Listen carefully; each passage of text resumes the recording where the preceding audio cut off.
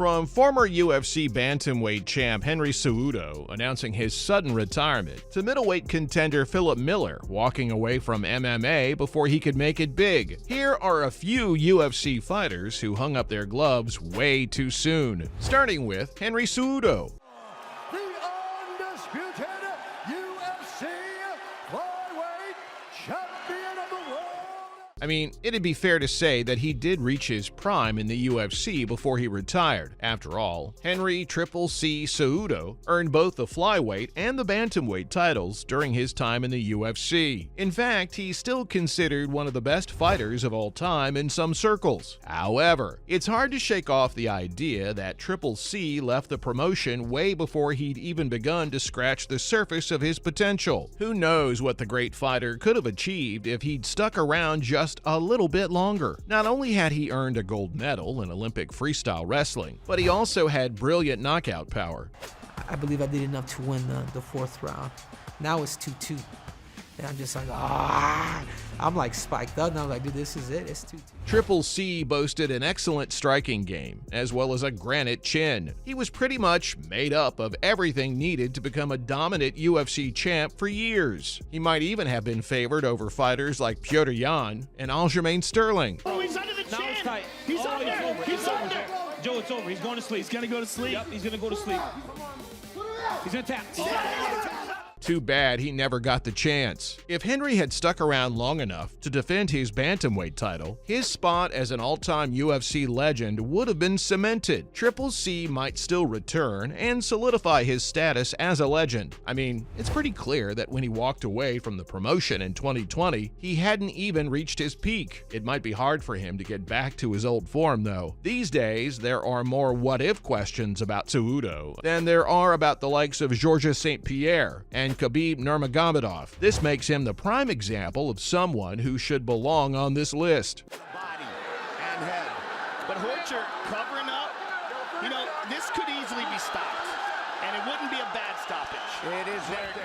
Just like Philip Miller. Now, not a lot of people have heard about the former UFC middleweight contender. Philip's the very definition of a fighter who walked away from mixed martial arts before he even came close to reaching his potential. During his early days, he was a pretty well-rounded fighter. His excellent grappling and striking skills were the talk of the town. Philip put together an incredible record of 13-0 on the regional circuit. I mean, seriously, who's doing it like him? His victories included one over the tough UFC icon James Sekic. Miller beat the fighter in a light heavyweight bout, after which he went on to lose quite a few rounds. He impressed the audience by defeating Mark Weir with a rear naked choke. His win over Mark made the promotion's biggest show up to that point, UFC 40. This one was headlined by Tito Ortiz versus Ken Shamrock. It also proved that the UFC president, Dana White, had a lot of faith in the young star. However, Philip decided to retire all of a sudden after beating Moacir Oliveira in 2003. To this day, no one really knows why he made the decision to hang up his gloves when he was doing so well. All we know about him now is that he went on to become a police officer next. How far Philip could have gone in the octagon is a mystery to us all. He could have even competed with the likes of Phil Baroni and Evan Taylor if he'd just given the promotion some more time. Speaking of fighters who didn't give the promotion enough time, how could I forget former UFC middleweight contender David Terrell, as someone who didn't even come close to his maximum potential before he walked away from MMA. David's pretty well known for having fought for the UFC middleweight crown in 2005, even though he failed at trying to get that title. Very few fighters have made the impact that Terrell did in his octagon debut. Also known as the Soul Assassin, David was one of the best grapplers that the UFC had ever seen. He even knocked out Matt Lindland, who was notably the best fighter in the weight class, in just 24 seconds. This victory made David an instant star. What helped was that he already had a record of 4-1 on the regional circuit. And just like that, Terrell was pushed into a fight for the middleweight title with Evan Tanner, who was way more experienced than him. David held his own, though. He came pretty close to beating Evan with a guillotine choke, but Tanner didn't give up that easily. He beat the Soul Assassin with a technical knockout late in the first round. That was a crushing crushing defeat. But it shouldn't have been the end of Terrell's story. Unfortunately, it was just that. David was just 27 at the time and could have bounced back from the loss pretty easily, but he didn't. He began to mount up injuries, which forced him to not take part in a bunch of fights. He won one more fight and then quietly decided to retire from the promotion a few years later. He could have achieved quite a lot if he'd stayed healthy and not hung up his gloves. But I guess it is what it is. Terrell had the potential to be a champion. To this day, his story remains one of the saddest in the history of the UFC. Another classic example of missed potential is former UFC flyweight contender Jimmy Flick. From a title challenger like Alex Perez to fighters beloved by fans worldwide, quite a few excellent UFC fighters have emerged from Dana White's Contender Series. And in 2020, it looked like the series had unleashed yet another gem. Jimmy Flick. He was a beaming prospect in the flyweight division, and his submission game was simply deadly. Jimmy had a record of 14-5 when he knocked out Nate Smith during his appearance on the Contender Series. This earned him a contract with the world's biggest promotion, the UFC.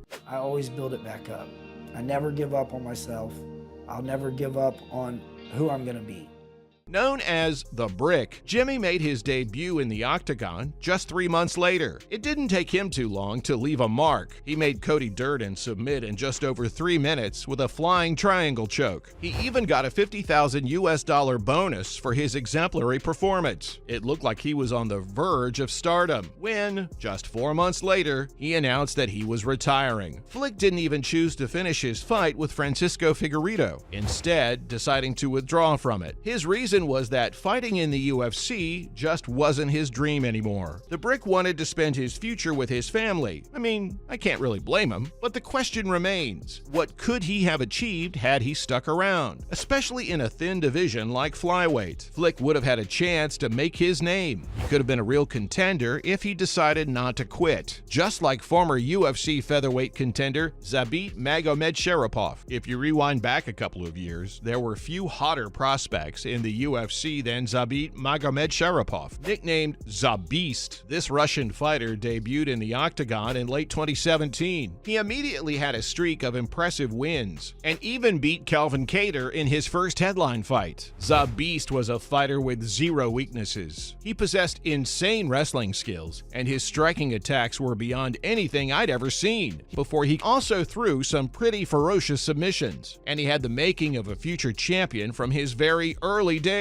However, his health issues got the best of him. He dropped from the UFC's rankings and eventually hung up his gloves for good. This was pretty disappointing for his fans, but he decided to become a medical professional instead. With that, that's a wrap on fighters who left UFC before they could make it big.